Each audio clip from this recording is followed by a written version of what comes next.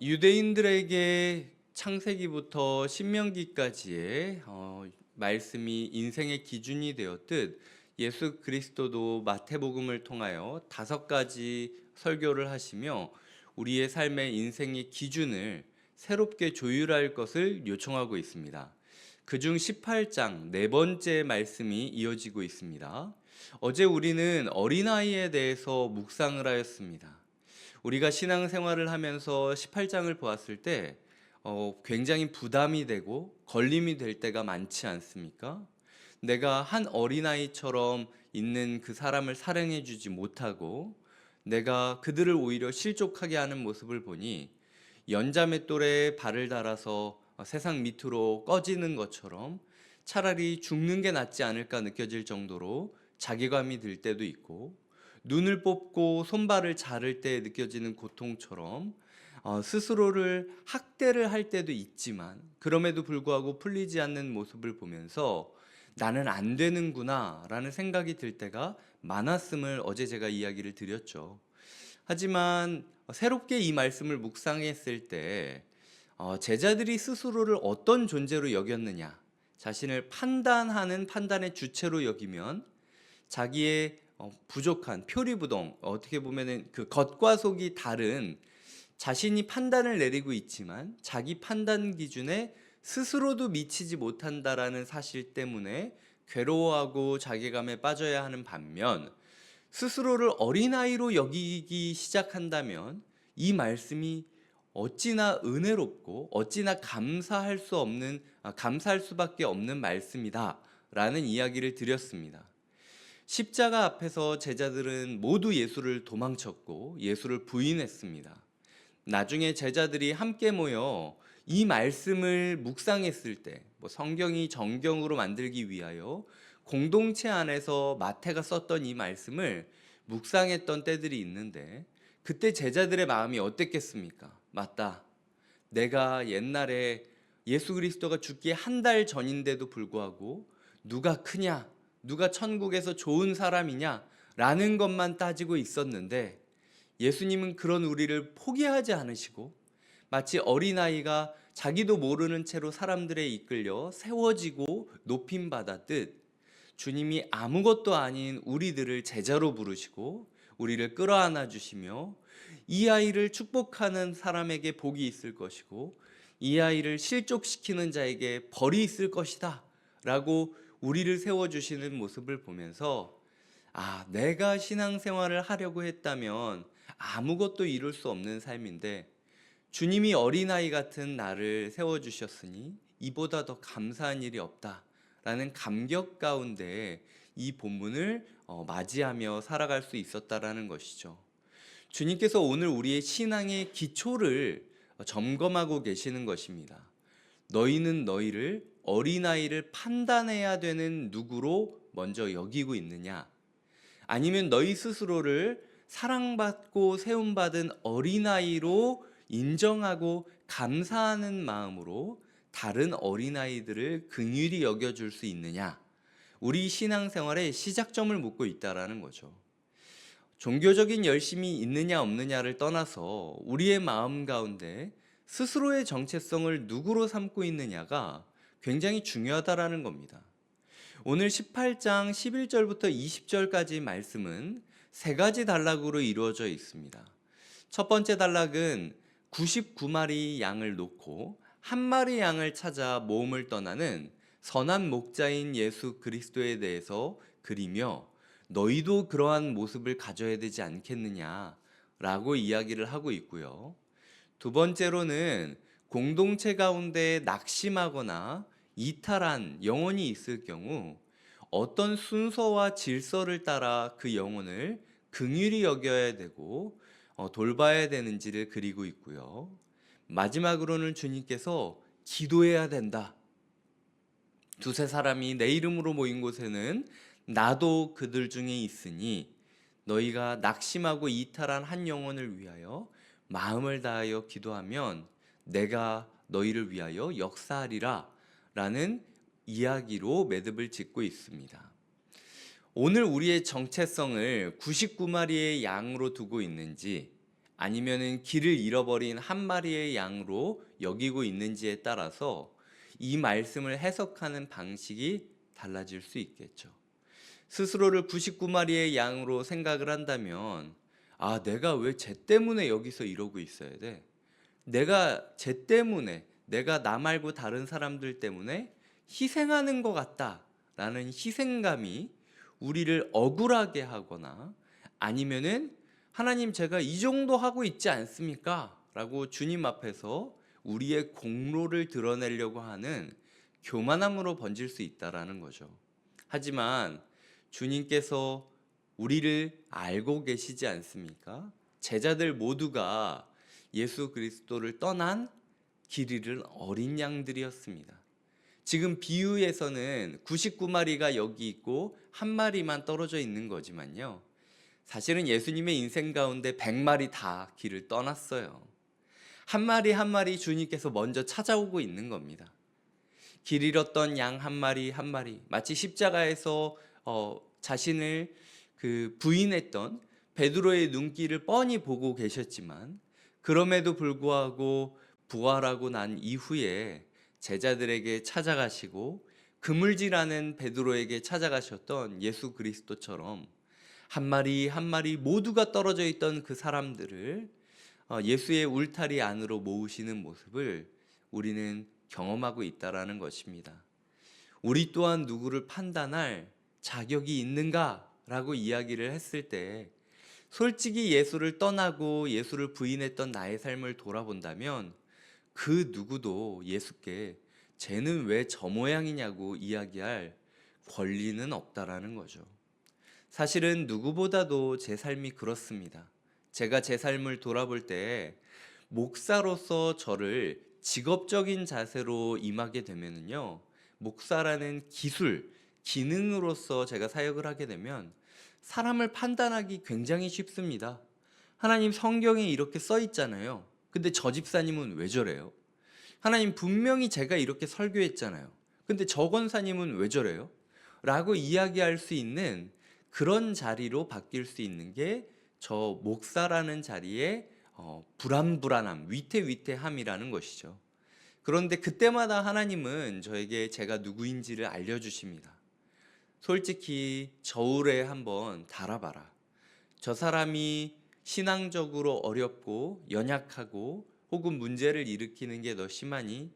아니면 네가 목사라는 이름을 걸고 있음에도 불구하고 너의 과거를 돌아보았을 때, 그리고 지금 누구를 판단하는 너의 삶을 돌아보았을 때, 네가 그 사람보다 더 연약하고 더 괴롭고 더 부족하다라고 이야기할 수 있지 않겠니? 라고 날마다 저를 저울에 세우시는 하나님을 보면서, 맞습니다. 사실 저는 그저 먼저 주님이 잡아 끌고 온 양에 불과하다라는 고백을 할 수밖에 없다라는 거죠.